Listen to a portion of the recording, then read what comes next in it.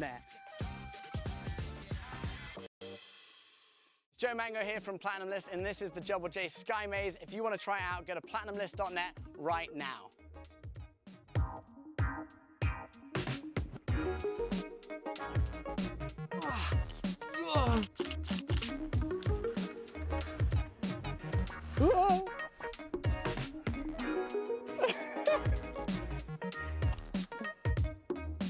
If this looks like something you want to do, sat on a bench this high up with that view, platinumlist.net. It is absolutely amazing up here.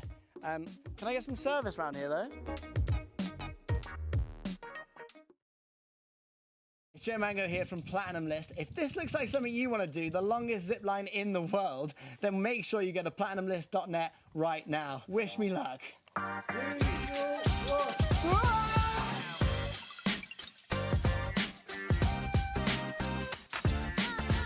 Let's do this!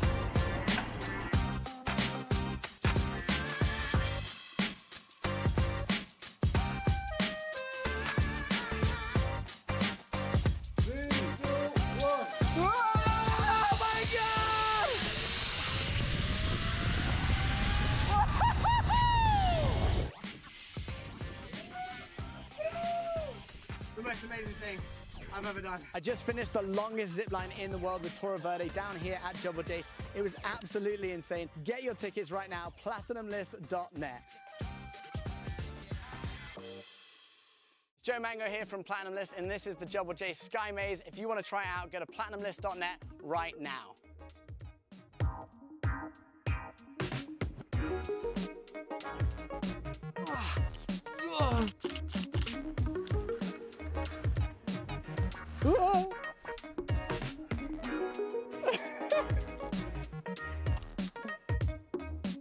If this looks like something you want to do, sat on a bench this high up with that view, platinumlist.net. It is absolutely amazing up here.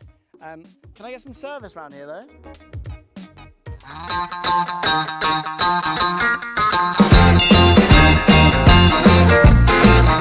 Welcome to Sporting Jibberish Talks 2. We are in a Radisson Red apartment block here in Dubai, Silicon Oasis, and we're joined by former Manchester United and Antwerp player Kurt Hilton. Evening, Kurt. Welcome to Sporting Jibberish and the Radisson Reds. Obviously, we've met just off camera, but Jack and you know Stu through the GoPro Sports. Yeah, so I coach Stuart's lad, and yeah, I'm looking forward to telling you a few stories and getting into my career. Brilliant. Yeah, I'm going to start. I'll throw this out there. So, with you being a Manchester-born lad, there's no way you can support Man United, can you? Well, funnily enough, that's a bit of a myth. There is a lot of us Mancunians that support Man U, but it's with you being a Liverpool fan, it's been a tough time for the last couple of days. I was about to say, how's that gone down? I did see Ole Gunnar saying something that it hurts seeing any other side lift the trophy, let alone Liverpool. Yeah, I mean, my phone it just kept beeping when Liverpool won the league. So I've obviously got a few Liverpool fans who are parents who are sort of messaging me. But I think it's one of those things where you've got to accept that they have been fantastic this season, and they've been knocking on the door for the last 2 seasons really. But I'm just hoping that it just gives the Ollie's lot a bit of a kickstart, and makes them come back stronger next year in Liverpool.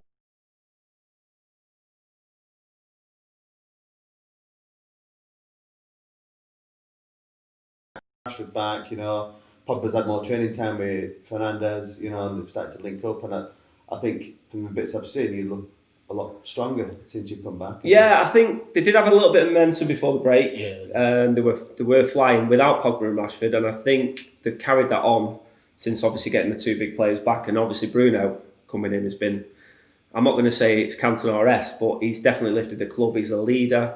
And he's been a really good big player for us. 6 games, he's won 6 man of the matches, so it shows what a big influence he's going to be on us. Yeah, and also from a Tottenham point of view, obviously we missed out on him. Yeah, I think last summer and even in the January window. I'm surprised that not many of the big clubs came in for him, because it was a bit like, where's he going to go? And I know he's at Sporting playing in the Portuguese league. It's not the highest league, and then we managed to, and we've been linked with him for a while, and we're just very lucky to have him really. Yeah, it's another one that Spurs missed out on. It was on that list, isn't it, Jack? Yeah, I know. Yeah, I know we passed off all the good players: Carrick, sharing, and they all go. You seem to be on a little bit of our feeder club. Yeah. You watch Bale end up out there as well. Like our Southampton. So I was going to say, you obviously Flixton lad, you played a little bit of Flixton youth, and then what happened from that point? You then stepped up to United? Yeah, so I was playing for Flixton's under 8s a very long time ago. And one of the lads that played on my team, like called John Paul, got scouted the week before by Brian Kidd. And everyone was like, oh, it's amazing, he's going to Man United, centre of excellence back in the day. And then John Paul's dad put in a word, said, listen, come and have a look at this other lad, Kirk, because I wasn't playing that week when he got scouted. So he came the week after, and then the next thing, he's chatting to my mum. My mum gives me the news, I'm an 8-year-old, and says, listen, we want you to sign up for a year, training once a week at the Cliff, centre of excellence. So then obviously started doing that sort of training, and then just really kicked on from there, really. What was that like when, because I've obviously been a Man United fan, when you get asked to go and then you go to the Cliff and with people like Brian Kidd and people like that, what was that like as an 8-year-old? Yeah. Or did you not really know? Was it just football? Yeah, I mean, as an 8-year-old, of course I supported the club, but you're not really watching the games that much at that age. You're more just interested in your own sort of playing, really. But you soon realise when you go into the Cliff, you know, the sort of magical place that it is, and also when you're training down there, all the best players in Manchester are training at the same place. Then you realise I need to step up my game, even as an 8-year-old. Yeah. But it was all fun. It wasn't, strict, or there wasn't the emphasis on coaching. It was all just go and enjoy it and play. Little 5-a-sides every week. I really enjoyed it. It was just trying to get there was a bit of a nightmare because it was 40 minutes away. So wow, it's on the ring because the ring road being up. No, it was. Yeah, you used to do the motorway, but in traffic at 5 o'clock, trying to get there from Flixton to Salford. And so, like a lot of people, and we'd be exactly the same. We never made it to your level in our chosen sports, but you obviously always owe a lot to your parents, and like you say, 40 minutes in a bush hour in a big city. Yeah, my mum was she basically, because my dad, you probably don't know this, but my dad was a table tennis player. Oh, okay. Professional European champion. Wow. So he was off with his career, and he didn't really have time really to devote his time to me. He never really saw me play really as a kid because he was travelling abroad. So it was my mum that was really driving it and sort of taking me here, there and everywhere. So yeah, it was really good. So from that point, from under 8s all the way to under 16s, no ropey patches, no potential releases, or? I'll be honest with you. I was every year you wait for the letter to come through the post to see whether, and you're thinking, because I was quite small. I'm not exactly tall now, but I've always been quite small, and I thought, are they going to get rid of me just because of my height? And I always felt I had a good ability, but I never felt I was top of the group because we had players who were, once I got to 13, 14, Lily Shaw playing for England. Playing for Scotland, you were surrounded by the best. So I think once I got to 14, that was when I signed schoolboy forms, and then 16, we had quite a really good age group with 16 players there, and they basically said, "We're not sure about you at 16. We're going to be honest with you. We're going to give you a 6-week trial and see how you go." So luckily, I played really well within those 6 weeks, and then I got a phone call from Sir Alex. Wow. Didn't understand a word he said to start off with, to be honest with you. Rang the home phone. Spoke to him on the phone and just said, look, we've obviously seen you over the last 6 weeks. We're going to offer you a 2-year apprentice. That's a bit surreal, isn't it? Yeah. Phones go in, who's that? It's just Sir Alex. Yeah, my mum answered, she went to Alex on the phone. He wasn't a Sir at the time. But it was, that was the kickstart I needed because, like I said, I felt like I wasn't in the top sort of 10 or even 50% of the group, but I just thought I'm going to have to knuckle down now. I don't want to be in that situation again where at 18 they're not sure about me. I want to make sure that I give it my best shot. And obviously you did, and then at 18 you... Yeah, so through. Second year YT, well the surreal thing is once you leave school at 16, you then go into the Cliff where all the first team are there, the reserves are there, and you're just like, wow, in the same building as Keane, Scholesy, Giggsy, the manager, and it's just you've just left school and then you're going into this full time, and I'm not going to lie, it wasn't easy because you're doing all the old school stuff, cleaning the boots, you're in at 9 o'clock, you're not leaving till 5, and it was a tough shift, but don't get me wrong, it was a fantastic environment to be in. Big question, Alan, to jump in is, whose boots did you clean? Dwight York's and David Mays. Wow. And I did get a good Christmas tip. I was going to ask you, I've met Dwight a few times, I'm just going to ask you, is he in a decent tip? He is, he gave me a decent tip, yeah. I was on it, I was making sure that Christmas, because you're only on, money-wise, Y team only £65 a week. Yeah. Plus your little win bonuses that you get for the B team and stuff. So. And obviously, you might talk about this a little bit more as we go through, but when you sit down, and probably other than Roy Keane, but I think that's because he's showed up to the cameras, I think, everybody talks about Sir Alex Ferguson has this aura about him and the boss, and Neville, Beckham, they all hold him in high regard. Does he have that aura around? And he's I'd just say I don't think there'll anybody be like him in terms of not just his aura, but he knew your parents from an 11-year-old, 12-year-old. He used to come and watch the B team on a Saturday morning. So we would kick off at 11 o'clock at Littleton Road, just round the corner from the cliff. And then he'd have his suit on and he'd go to Old Trafford at 1 o'clock with the first team. I mean, he was so dedicated. He knew every player. And then also around that, he did have that aura where you wanted to impress him. You didn't want to let him down. You were scared. You had to be clean shaven and all that sort of stuff. And he was the man that treated everybody the same in the club. And I think that special feeling has probably left United the last couple of years, and hopefully with Ollie being back at the club, they're starting to get that back. Did you obviously you've played with so many lads at Manchester United? Were any lads that you were surprised that got let go? Was there any strange ones that maybe have then come back with another team? There was. So we had two lads, Paul Wheatcroft and Ian Fitzpatrick, who at 16 were playing for England and went to Lilleshall and were on that programme, The World at Their Feet. Yeah. And you're expecting them to kick on, but then what happens is they get a bit comfortable and they don't do the extra stuff that they need to do to continue that pathway. I'm not saying they thought they'd already made it, but they already think that they don't really need to put in the extra work. So they surprised me that they got released at 18, 19 and didn't really get a career in football, because at 16, Paul Wheatcroft was supposed to be the new Michael Owen. Yeah. And then you get some late developers like Michael Stewart, a lad. I don't know if you've been a Michael Stewart, but he was. Yeah, I've heard of that name actually. He at 15, 16 was a good player, but he ended up playing in Scotland, played for Rangers, played for a couple of big teams there. And then you've got your nailed on ones who were like John O'Shea, who you knew straight away. He didn't arrive until 16 at Man U. So he was in Ireland playing, I think he was playing for Waterford, came across, and then all of a sudden you're thinking, wow, he's going to be a first team player straight away. You get your people development at different times, and you're not quite sure really who's going to kick on and who's going to stay the same, but it's just work ethic really that gets you there in the end, I suppose. Yeah, I suppose that's and a bit of luck, and you need a bit of luck. Yeah, I think that's pretty much what Wardy said. We had Wardy on, and he was saying that his thought process was you've got to have that element of luck, right things happen at the right time for you, but just give it your all whenever you got the opportunity, just 100% out, give it whatever, and then hopefully things will fall in your favour. Yeah, I would say I got a little bit of luck at rugby green, because when I think I just signed my first year pro at 18, 19, I went on loan to Antwerp.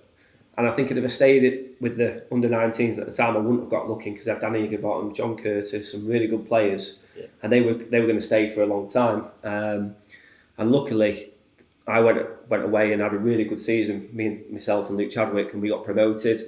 And then we were the sort of talk of the papers, really. The next one's coming through. Yeah. I think if I'd have stayed with the under-19s and stagmented, I wouldn't have got a look in and might have been released, because some of my friends who stayed played under-19s football and then got released, and then you're trying to find a league. So did they give you that opportunity? Did they come to you and say, right, we're doing these links? Because that was like one of the first ever links with the European team, wasn't it? Man United had done this link with Royal Antwerp in 10. Obviously, we mentioned before about Walwork went the year before you did. And Danny Higginbottom. Danny Higginbottom. And then you and Luke went the year after. So was it a case of they selected you guys, or did you go, yeah, I'm interested in that? It was Jim Ryan who was basically the link between the two. He just came to me in training one day. Me and Luke just pulled us, I think it was in September, October time. He just said, right, lads, we've got an opportunity for you. We want to play first team football. We've got this link. It's a great club. They're in the second division. Gave us a little bit of background and said, do you fancy it? And we were like, yeah, it sounds great. We went over and had a look at it all. Straight over there as a 17-year-old. It's pressed there, and you're like, what's going on? You've gone from playing in the B team to, basically being on the edge of the first team. There's a big sort of deal about it, and straight away put in a hotel. And then we came back, me and Luke, that weekend, got our stuff, and then we moved over. And we did 8 months there, and we got promoted. So. And what was that like as a young lad going? Because like you say, 8 was the first thing. Clubs have sort of done that, and then obviously from being in Manchester to into surrounded by Belgium. home comforts. Yeah, And yeah. then And all of a sudden you're on You your have to own. grow up quick. Yeah. I mean, you have to grow up. Luckily, we lived in a hotel where pretty much everything was done for us. So you grow up quick, but as long as it was on the As table. long as, yeah, exactly, there's food on the table, yeah. But in terms of like getting yourself around the city, and obviously it's a completely different language. I mean, a lot they do speak English, but for me, it was just playing games that meant something. You know, there was livelihoods at stake. You know, at 17, 18, it's that serious. Whereas the reserves stuff and the B team stuff, it's, you know, you're playing to develop, you know, to improve your game. Whereas here is you've got to win because these lads need to put food on the table you're playing with. That sort of pressure. Yeah, with that, it's brilliant. interesting you say that because the good discussion we just had in the last podcast was I did a little bit of research into the reserve team, and obviously Spain have their reserve teams playing in the proper B leagues, leagues, and yeah. I know Pep's hinted that he thinks that England should follow the same pathway, but I'm not a big fan of that because I think that English football's got a lot of tradition. So you can imagine the teams that are lower down, like your Preston North Ends, Blackburn Rovers, or your Plymouth Argyles. Yeah. Where do they fit in it? And do fans really want to go and pay to watch Man City reserves play against Plymouth Argyle, or is that? What's your viewpoint on that? It's a difficult one, isn't it? I know there has been some sort of inter-selection, haven't they, this year, where I think City did play them in some sort of cup, didn't they? I think they played Preston. In Johnston's Paint Trophy. That's it, Yeah, So the under 23s. they've tried to do it, haven't they? Yeah. But I just think if you're a young lad, if like I said, I've had my time, but if you're a young lad, you need to get out on loan early.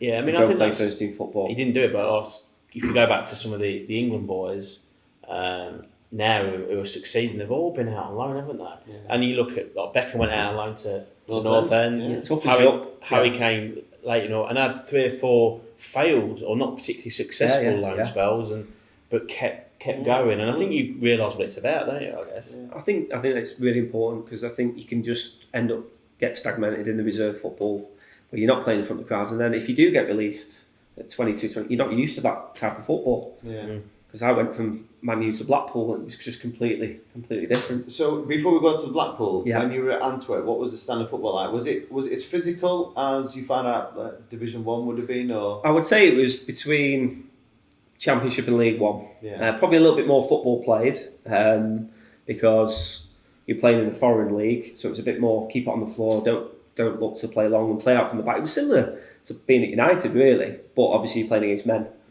And playing in front of 15. I mean, the Antwerp fans were fantastic. We used to get 20,000 every game. They were brilliant. And obviously we had a really good team. We were going for promotion, so we were filling the stadiums every week. But there was pressure on you. If you had a loss, they'd wait for you at the stadium afterwards.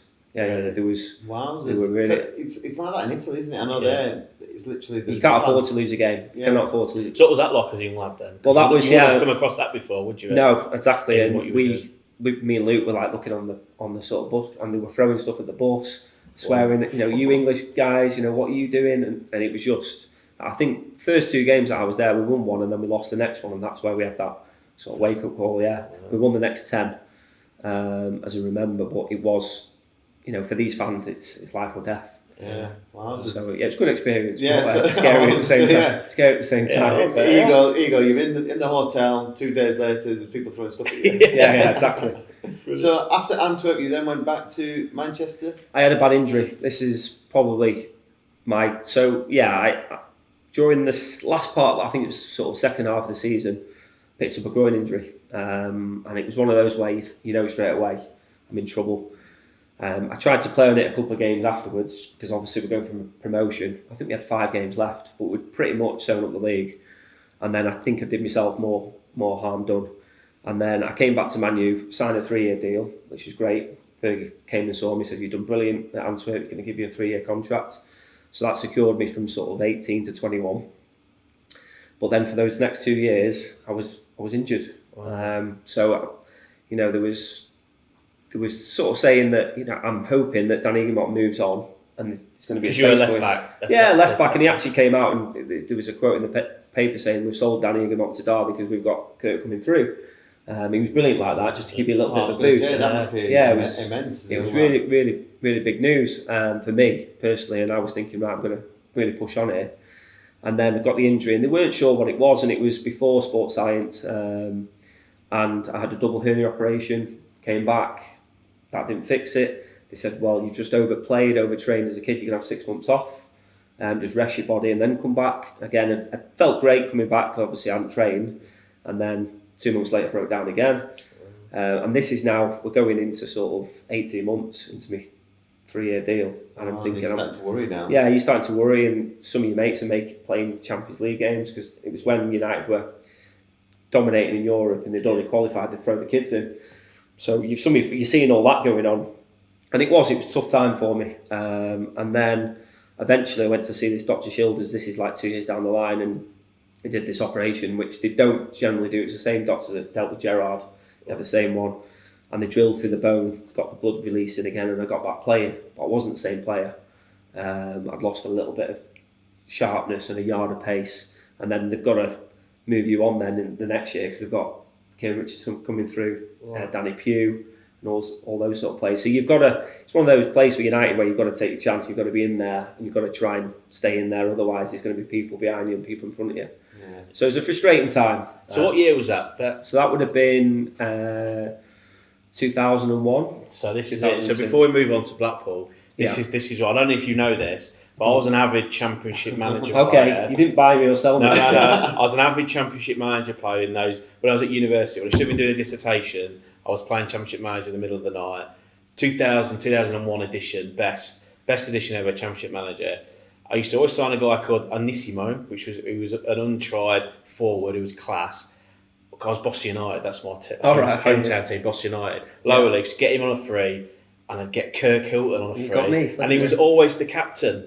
All right, because of the leadership thing. So when Stu said we'll set this interview up, blah, blah, blah, I said, I'm pretty sure. Then I said, I know that name. You sold me. I went in, and you might not know this, but in that game, you were the third most signed player in the history of Championship Manager, 0001. Oh, okay. So I'll take that. Pretty cool stat, that. Because I think you were obviously probably out of contract. You was probably on the free listed or expiring contract at that point. So players could get you for free. Yeah. And so there you go. Oh. There you go. So it might have ended not where you wanted at Man United, but I had a good career in the champ management space. Did he do all right though? That's the question. Yeah, for me. I wasn't injured, was I? Boston, no, we're fine. Captain. He used to play left-sided centre-half, I think, if I remember rightly. Did he grow a bit? Yeah, that's a new position. Yeah, I think that would work. Championship managers don't get it quite right, do they? But no. Did you end up at Scotland at some point? Yeah, so I went to Livingston on loan, actually. Was that in your last year of your... Last year of my contract, yeah. So basically, Fergie came and saw me, and he was good friends with Jim Leishman and David Hay. I don't know if you've heard those two guys, but they're quite legends. They were at Celtic and then they were at Livingston. Livingston were a big team at the time. Yeah. They were in Europe. So I remember Livingston. We played Sturm Graz in the UEFA Cup. And I went up, I think my problem was I had a decent pre-season in my last year, just got myself fit, but I still think it was too early for me to go and play and play with the men's team, because I needed just to get into a rhythm. But Fergie wanted me to try and, to help these guys out. With the left back was struggling a little bit, so we went to train. I went up there and trained on the AstroTurf, and I enjoyed it. And I thought, well, okay, it might be an opportunity for me to play in Scotland once, because I knew I was getting released the year after. So I went up there, but the problem was they train on AstroTurf every day, and when you've got bad hips and groins, I just couldn't do it. I was in absolute agony, especially after 2 years out. Yeah. So I didn't do myself justice. I played a couple of Resi games, but never sort of got on the first team, because I was training for an hour and I was like, listen, I'm going to have to go back. There's no way I can train on. And it wasn't like the 4G stuff. It's the old style. It's just like concrete with a green. Yeah, exactly. Yeah, where you get the proper sandburns. Yeah. So my body couldn't take it. It was one of those things where I should have stayed at United, done a year in the Resi. So I came back. I think I came back at Christmas time. Don't get me wrong, I had a great time up there. Lived in Edinburgh and saw a different side and stuff. But came back to United and then just said to, I think it was Mick Phelan was our reserve coach at the time. Back then, I just want to play Resi football and get myself in the shop window again, because I want to stay in the Northwest anyway. So that's what I did. So it's just one of those things where your body can't take it. So you said you knew you were going to get released. How early did you know, or was it just an inkling that something? Oh, it was. Yeah, I mean, I knew I wasn't the same player, and I knew that there was players coming through. And Kieran Richardson and Danny were absolutely flying as well. They ended up playing for the first team, I think. And I think the writing's on the wall when you get into your third year and you're not around the first team. Yeah. You know that it's coming. So we had that chat, which it's coming, but it's always disappointing. You've been there since the age of 8 and you left at the age of 21, 22. And but he was brilliant with me, and he said, "Look, I've got you a club. Steve McMahon was asking for somebody on loan, and I've told him all about you, and go meet up with him next week and get yourself sorted." So, and that was at Blackpool. That was at Blackpool, yeah. So when Steve McMahon was at Blackpool, yeah. So I went down there and signed a 1-year deal. And then, because I played a lot of time at Squires Gate when I played, and I know what Blackpool's like, and the training facility for Blackpool is not far away from the ground. It's a little bit more coastal than the ground, so we were a little bit more sheltered.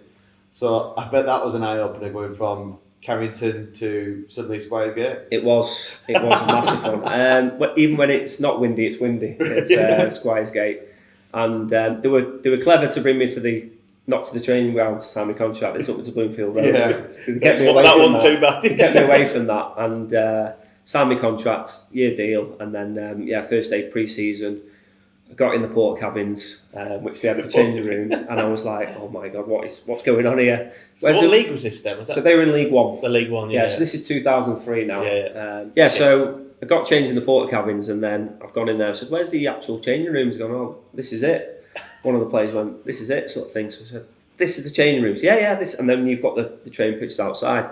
So I've done my session. It's been okay. We've just done the usual 5-a-side pre-season with a bit of running. And I've come in, took my kit off, and I've thrown it in the middle like we used to do at Man U, sort of thing. Throw it in the middle, the kit man comes. And they've all started laughing, the lads, and going, "What are you doing with your kit?" And I said, "Well, sure, you got kit, man." "No, you wash your own kit, mate. You're not Man U anymore." He said, "You can pay for a guy to do it for you.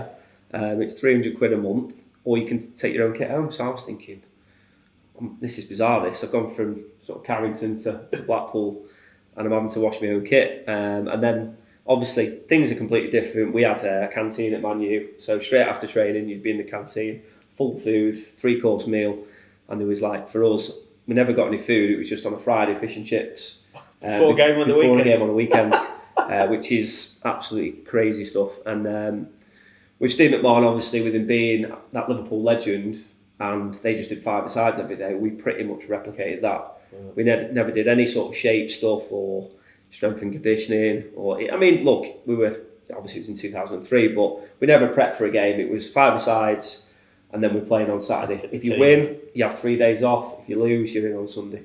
So that was basically it. It was a little bit like a holiday camp, and I found it tough for the first couple of weeks just to get used to it, because obviously going from the standards at Man U where everything's done, everything's laid out for you. The training's all perfect in terms of the coaching structure. The times what you're training. There's ice baths afterwards, jacuzzi, because we just have Carrington built as well, so you could have a rub after the training session with the physio or the masseur, and then you go from that to Blackpool. It was a I generally think what you're saying now is we used to have a masseur at Blackpool Mechanics, so we were probably in a better state than you were. Probably were at the time, yeah. But don't get me wrong, great experience. My first game was an eye-opener to league football. We played QPR away in 2003. They had a really good team, and we played in black kit, and it was 100 degrees, pitch bound, and we got absolutely battered.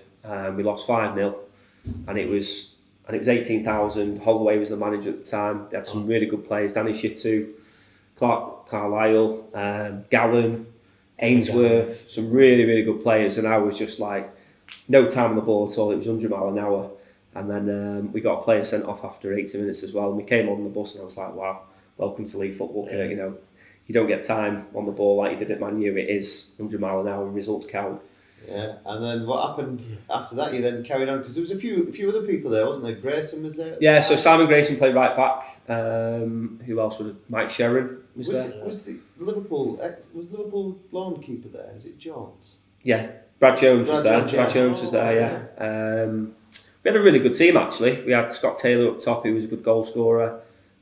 Keith Southern, who ended up playing up in the Premier League with Blackpool. Richie Wellings played for Leicester. Mike Flynn, who you probably heard about, played for Stockport for 10 years. So we had a bit of a mixture of young lads, and then we had Neil Dans and Jonathan Douglas on loan from Blackburn. So we had quite, but they didn't come in until probably 3 or 4 weeks in. Could have done with them for the QPR game. But we actually went on a decent run after that, so that was a wake-up call. I mean, QPR we knew they were getting promoted, and they ended up coming second in the league, but we went on a good run. And it was just great to play in the FA Cup. We had a decent run in that. We ended up playing Portsmouth away. We nearly got a replay. Who scored in the last minute. Sheringham played in that game. They had some really good players playing. And then obviously we played Birmingham as well in the League Cup. So it's just, again, going from reserve football, league football, it's just completely different. And I really enjoyed the experience. But again, got injured back at half of the season. McMahon moved on. And then Colin Henry came in, brought in his own left back, Rob Edwards from Preston. Preston, left back. And he said, come and do pre-season with us. So I did pre-season. I shouldn't have done it really. I should have tried to get another club. And I did pre-season. He said, look, we just, we've got Rob Edwards and Danny Coyd as well. So we haven't got any space for you, basically. So that was a tough time because I was struggling again with injuries. I had a hamstring injury, and also my knee was, I think I'd done with meniscus, but was sort of playing through it. And had six months out of the game then, had an operation, and then played non-league for Altrincham a little bit. So just on that, when you were going from club to club, because we talked about this about agents getting so much. Yeah. Did you have an agent at that time? I didn't. Not really a thing? I didn't really. There was a guy that was advising me who looks after a few of the United lads. But when you go in lower league stuff, they're not really. Being honest with you, I think more agents have more come in nowadays. But back then, they weren't really interested in the ones going to your League Ones and League Twos. They want the Championship players or the Premier League players. But I did have a guy that was advising me at the time. He spoke to a couple of clubs. Swindon were also interested in me, but I didn't want to go down south. I wanted to stay up north, and I didn't really need an agent because the deal was done within 5 minutes. I was without a club. Blackpool was a decent club. I knew Richie Wellens, who had left United and was captain there. And Fergie, I didn't want to fall out with Fergie and not go on his advice. So I thought I better go. If he says you're going Blackpool, you're going Blackpool. So and then you head to Altrincham. Again, different experience. Some surprise at the standard. Some good players who have been at Liverpool, Man City, Man United, all at YT level or just before YT got released, and were really good players. So different style of football again, a little bit more direct, which helped me because I was so used to playing a certain way. Had to play a different way, and really enjoyed it. I mean, the banter in the changing room completely different. Were they in conference then? They're in the conference at the time, yeah. So you got lads coming in with paint all over them. They've been doing a full shift, decorators coming in, training Tuesday, Thursday, game Saturday, and it was relentless. And I think we're in the Conference North, got promoted to the conference. Played 15, 20 games then, and then got my second chance at going back to Antwerp as a player was 27. So I did a pre-season. Jim Ryan had heard I was without a club, and he followed Altrincham, and he said, look, come in and do a pre-season with United. Antwerp are actually coming over for a pre-season, and you're going to play an 11v11 game against the United 11 at Carrington, and we'll have a look at you, and then if we see that you're fit enough, we'll sort you out. So I was obviously buzzing. I thought this is a way back into full-time football. Yeah. Until I saw the team that we're playing against. So the team we played against, they had Evren Vidic at the back.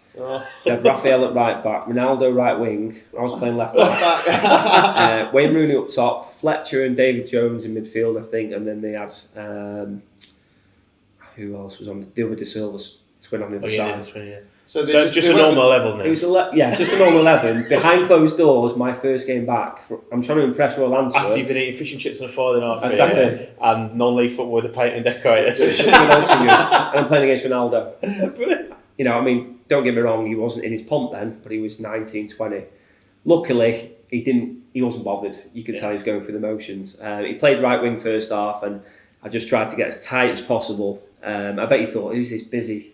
Because it's a little behind closed doors game, and I was just like, I'm not letting you run at me. There's no chance. And he was just laying it off, and then he went to the other side, and it was a funny story actually because Danny Simpson was playing for Antwerp on loan and was playing right back, and him and Ronaldo knew each other quite well because they sort of trained together, and he just thought, right, I'm just going to terrorise Danny for the next 20 minutes. So he was just doing his step overs, and he was just at him all over the place. Danny was twisted, and he said, Danny, you all right? You okay? You all right? And I thought, if he'd have done that against me, that would have been my Antwerp career finished before it started. And that actually goes with the idea about a bit of luck every now and again, doesn't it? Yeah, it does. So, So I did have a decent game, to be fair, even though I was playing against him. I think it was more because they were taking it easy. It was like a behind closed game. It was just about getting fitness back. Rooney was relaxed. It was a really relaxed game. Whereas we, Royal Antwerp, were trying to, I think it ended 3-1 to them, which is not a bad score, but they were going through the motions at the time.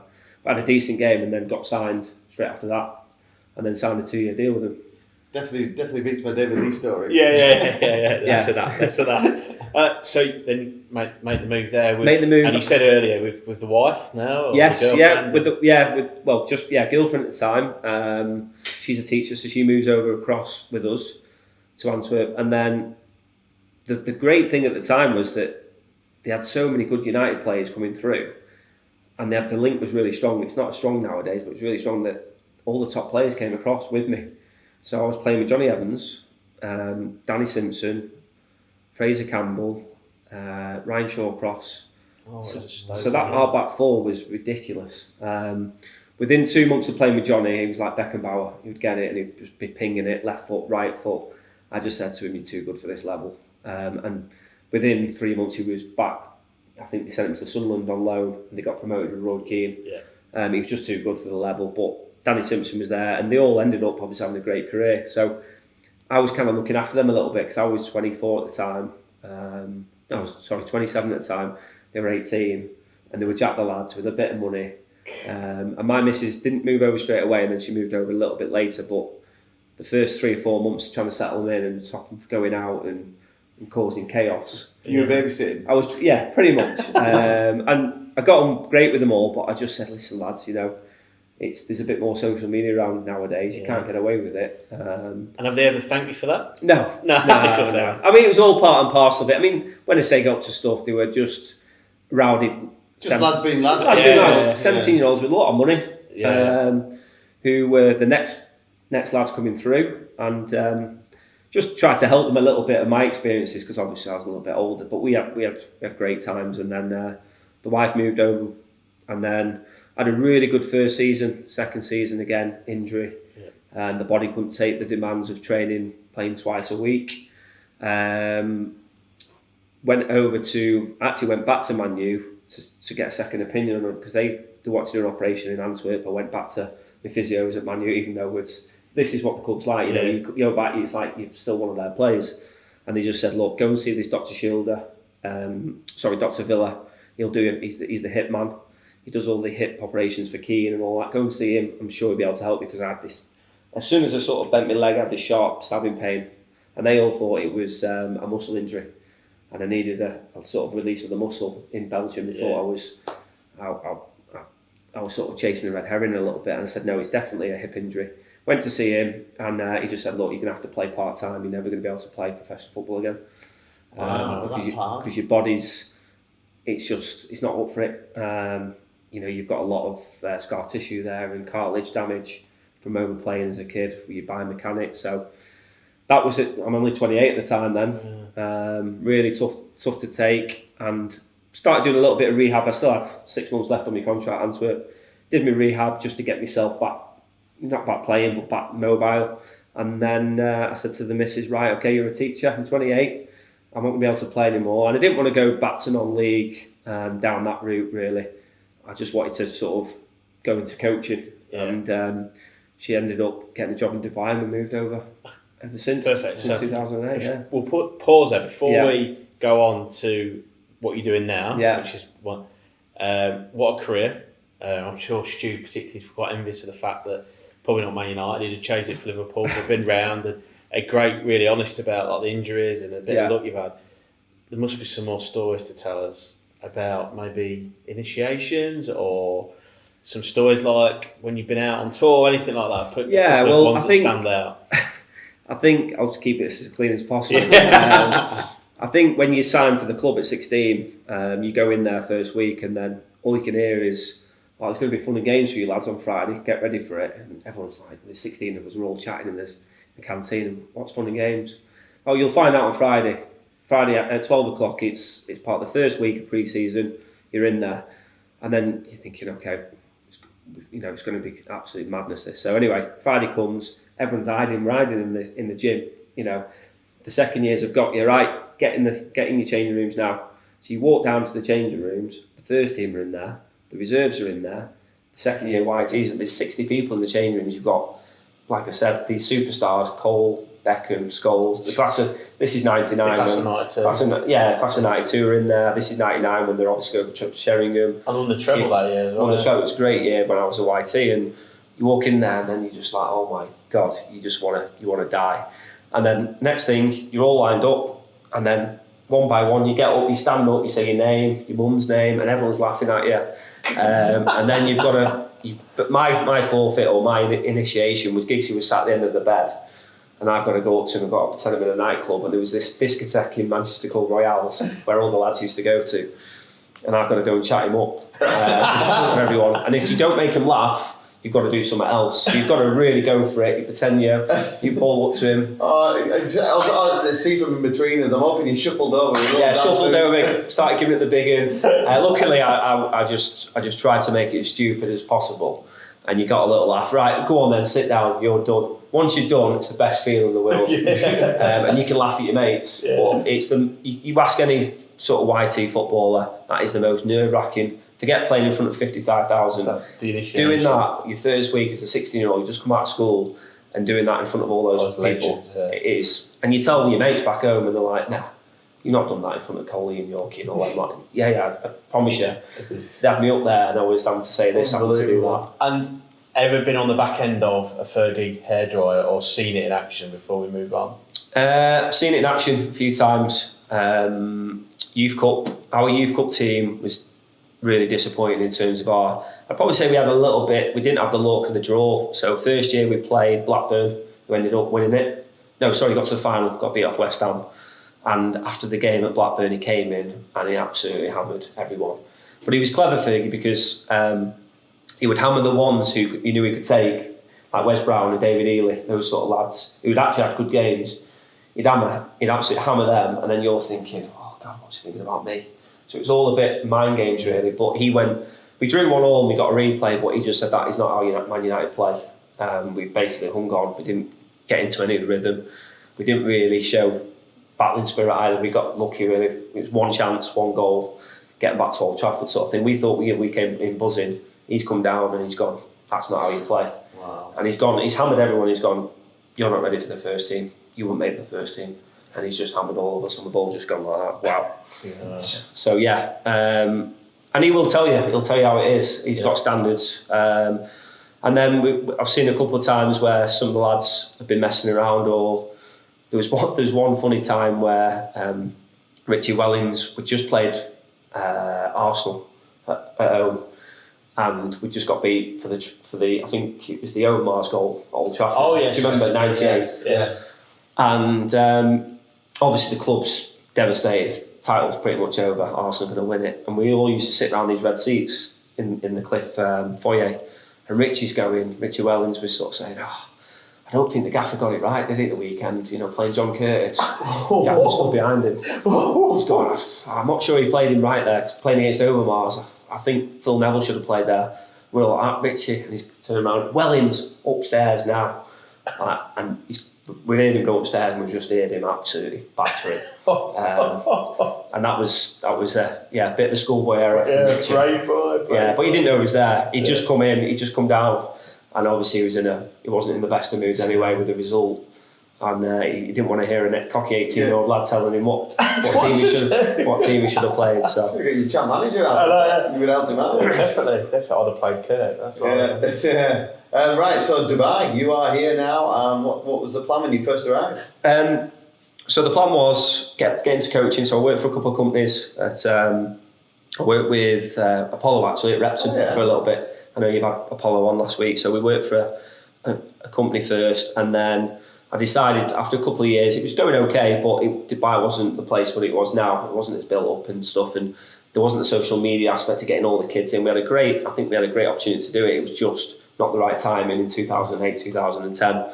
And then I decided to start my own academy 8 years ago, because I thought there was a big niche in the market for not just football academies, but making sure that players have an opportunity to get the same opportunities back home in the UK. So whether that's pro standard or going to a scholarship in America. We've been successful. Probably our most successful player is a lad called Mackenzie, who's back at Everton at the moment. But I think if you're going to go back to the UK, you're going to have to go back at 13, 14 to get in the system. I think if you stay out here any longer. It's very difficult. So the players that we coach at the moment are from 4 to 18, boys and girls. And if they stay with us till they're 18, if they're good enough and they show the right attitude, obviously they need to be academic, then we'll try and send them to America, which has been one of our biggest pathways over the last 3 or 4 years, really. And the coach you've got, they're all lads that have played? Yeah, they're all ex-players. Yeah. And I think that's important. That's why the name GoPro. We want to try and push people on as much as possible, but I think they need to, the coaches' experience backgrounds that they've had can then be passed on to the players, because they've been at a pro club. Jordan's been at Preston, Matty's been at Oldham and Bolton, Johnny's been at Carlisle, and they've all gone through the sort of pyramid, but then got released and had to deal with that side of the game as well. I think it's not just about your ups, it's also how do you deal with rejection. And we've been talking about that last 2 weeks on our weekly podcast about pathways for all sports, and in fact this week we talked about that what happens to these kids that get released, and how do they deal with that. And I think Jamie Vardy's has given that academy a chance, but nothing after that. They kind of go there, and then if they don't get taken on again, they get that disappointment again. So I think that's really... So yeah, I mean, the coaches have been through all that, and the aim is for them to pass on their knowledge and my knowledge as well of not quite making it, but there are other options out there for you. And I think for us is also, that's only a small percent of the academy. You're only going to get 10-15% that do go that route, but we're trying to improve the individual as well. So we'll always give the players feedback. We do parents' evenings, we do online stuff, so they do get a report at the end of the season to see where they're at and what they need to improve on as an individual. Because you can concentrate on the team and winning games at weekends, but the most important thing for me is, as a service, is the individual. Can you improve that player? And you get probably more satisfaction of improving the ones who aren't quite as good than the ones who are going to kick on. Yeah, sure. Yeah. So with obviously what's happened lately is you've probably taken a massive hit with the fact that you've not been able to train. So you got anything planned over the summer? Is there anything that people can get involved in potentially? Yeah, so we are going to be doing summer camps over the summer. It's the first summer that we've sort of decided to do that. Obviously with a lot of parents, we've had a lot of feedback from parents saying we are staying. We want to keep the kids active over the summer, especially with, like you just said, missing out on 3 months training. So we'll be doing sessions at Desk, which is our school where we work, a really good partnership with them. And it's going to be indoor training, a little bit of fitness, a little bit like a pre-season vibe. So when they do get back in September, they're going to be ready to go for the new season. And if parents or anybody watching this or kids, how can they get involved there? Social media, websites? Yeah, social media. Just follow us on GoPro Football Dubai, or they can email us on info@goprosports.com. And hopefully, fingers crossed, there'll be enough spots and spaces for them, because we are in demand at the moment. I'm going to say sign up early, because I've already got my button pressed for Harry. I'm getting him signed up. Yeah, good. Well, Kurt, thanks so much for your time. I really enjoyed that, and good luck with the summer camp and the next 12 years in Dubai. Yeah, thank you very much. Thank you. Cheers.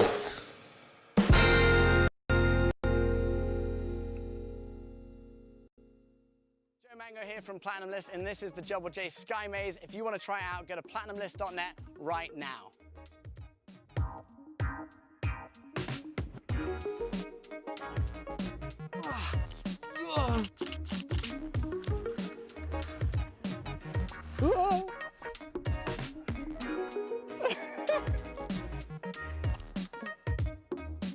If this looks like something you want to do, sat on a bench this high up with that view, platinumlist.net, it is absolutely amazing up here. Can I get some service around here though?